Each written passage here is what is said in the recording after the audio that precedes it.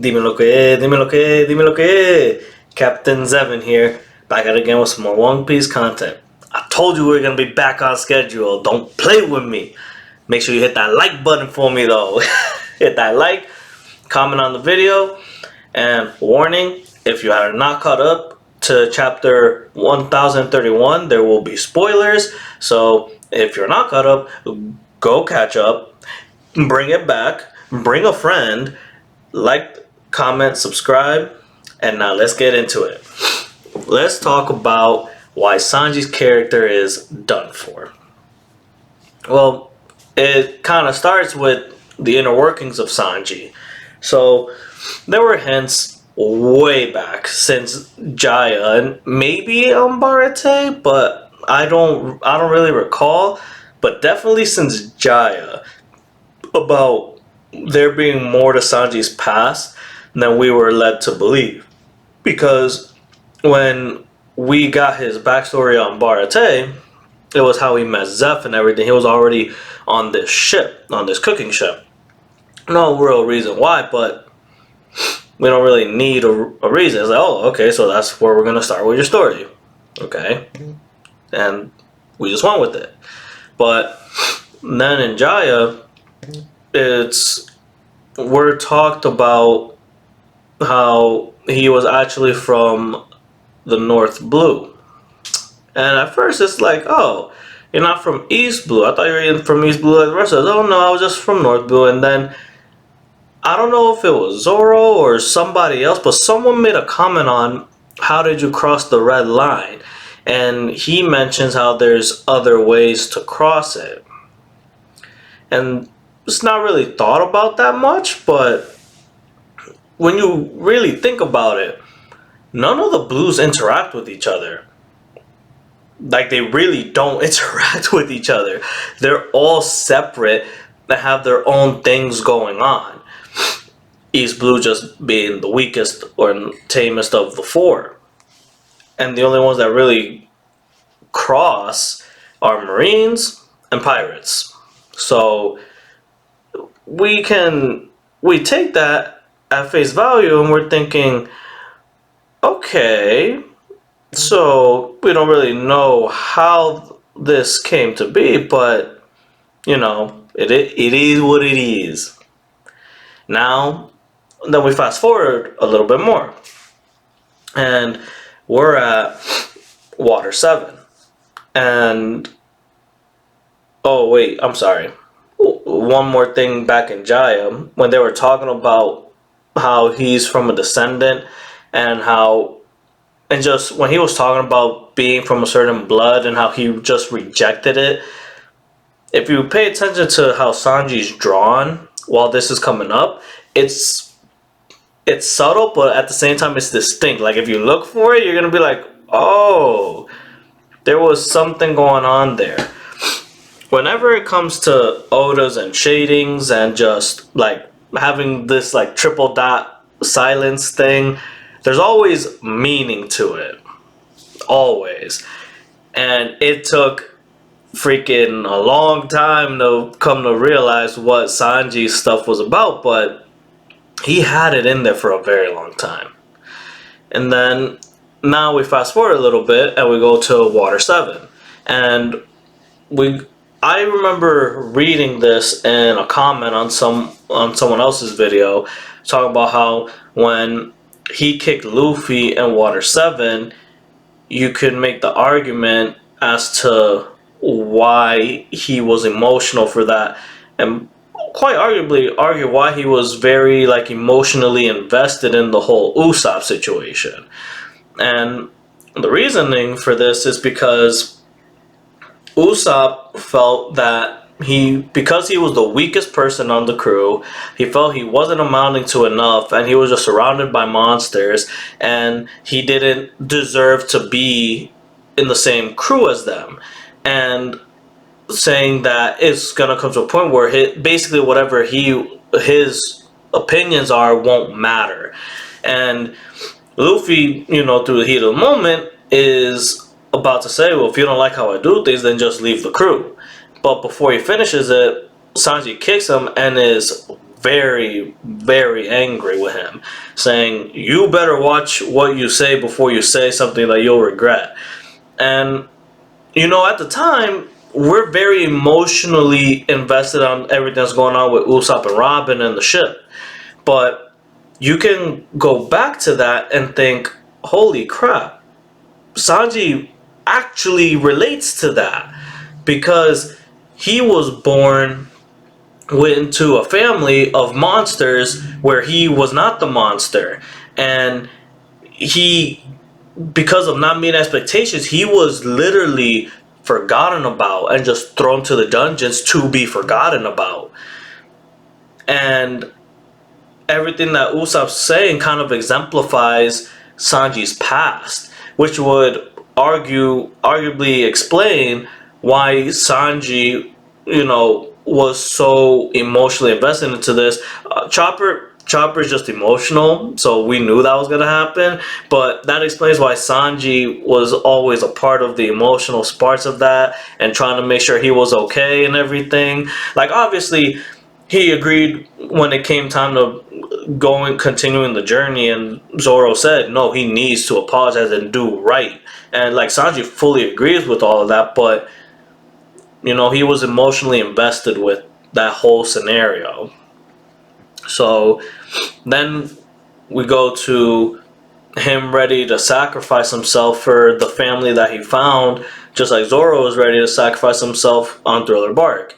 And that resolve that they both had there, it's something that just stays with the community, like to this day, that no matter what, they were both ready to do what they had to do in that moment. And Sanji said, "I will be the most problematic one from the crew." And we fast forward, and for for a time, he had the second highest bounty.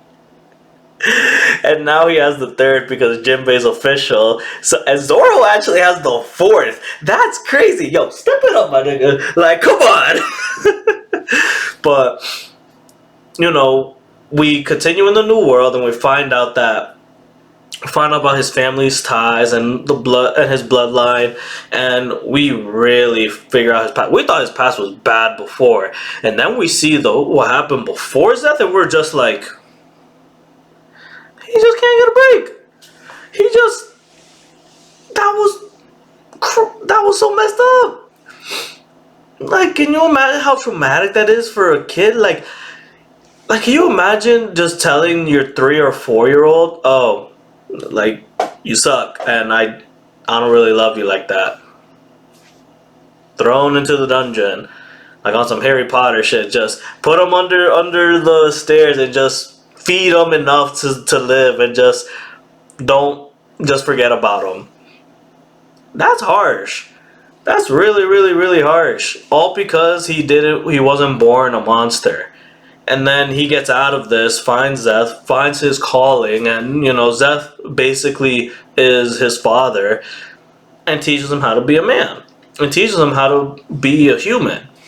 And he takes all of that to heart because he just completely resents and repels the germ side of his family, and all the way up until he had to go meet up with them at Whole Cake Island. As a character, like for himself, Sanji has been fine, but ever since then, emotionally, he's constantly had conflict, and he's always been presented as the one who has to deal with a yes or no situation, and he has to make a choice. And it's not like yes or no situation, like, oh, do we save this person or do we not save this person? Well, obviously we're gonna save this person. No, his have always been complicated. Like and you can even argue back to Alabasta when he was Mr. Prince, another callback to, hey, he's actually a prince. But going back there, the crew had to go save Vivi. and he held it back a little bit, and him and Chopper got them out of a bad situation. It wasn't a matter of how do we save Vivi, it was how do we help Vivi, how do we save her. And then there was um, the Water 7. How do we escape? Well, we can fight our way out. Well, sometimes fighting isn't the way we get out of things. Like, we gotta use our head. And Sanji's always been low-key really, really smart. Now, whether you say that's because that's what comes from the German side or not, you know, I don't really think too deep into that aspect of it, but Sanji's just always been smart and always thinking ahead of, like, okay, we're handling business, but we need to make sure that after business is handled, we can get out of here or we're safe. And he's always been really good for that. So now we get to where we are now in Wano, and he used the raid suit a couple times, but now his body has been changing, and and he says in the recent chapter that the tingling sensation is finally gone. Does that mean everything's complete? And he is physically a hardened warrior. Like, he has the exoskeleton, and now he's worried that he's going to lose his emotions, when Sanji's entire character has been built based off emotions. Like his Diablo Jumbo is from his passion. You know, he burns up hotter than fire due to his passions, due to his emotions. And that's what's made him strong. Now something else is becoming a factor to how strong he's going to become, but he's refusing to go all the way because he is never going to become Germa. And we all know that. And we know that he's not going to become Germa. And he says, you know what? I can't take back what's already happened, but I'm not going to deal with this.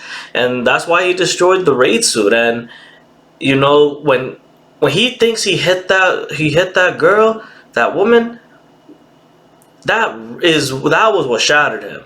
Because we've never seen him, like, we've never, ever seen him hit a woman. The closest we've ever gotten to it was when he was trying to feint Khalifa, and it just wasn't working. Now, there is the argument, a very, very good argument. He did technically clash with Luffy versus Big Mom. But one could also argue, you can't hurt Big Mom. In that time, they could not hurt her. So it's like, okay, we can block because we definitely not going to hurt her. But, you know, that's everyone's subjective about that scenario. But when it comes to, you know, regular women that don't have any powers or anything, or even if they do have powers, he just does not want to hurt them. And thinking that there's a possibility that he hurt this woman has shattered him. Like, he's done. He's like, this is it. This is where I draw the freaking line. I'm not having this. That's why he called Zoro and said, look, if I'm not in my right state of mind, kill me. We're just not doing this. Now, I want to see which of these two things are going to happen. Will he find out it wasn't him that hit the woman and just realize he has retained his emotions? Or will he lose some emotion and Zoro kind of knocks sense into him as to why he has to realize that he's in full control of himself? Something along those lines.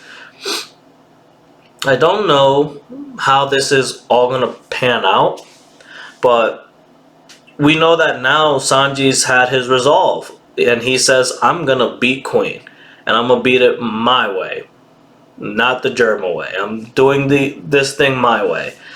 And if that's the last fight he can do his way, then that's lights out for him. So I want to, you know, let's see what happens. Sanji's character continues to just evolve, and this is why he's such a well-written character from the Straw Hats, because there's so much conflict, internal conflict that's been happening with him in the new world. And it's great. Like, this is great stuff. And I can't wait to see a little bit more of that. You know, hopefully some more Straw Hats. Like, I want to see what happens with CP0 and Robin. I want to see Usopp with Elbath. Like, we have potential for some more good stuff. But that's what I'm saying about Sanji. You know, he's done, but is he done? If you like the video and leave a comment, you might find out. Until then, Captain Zevin out.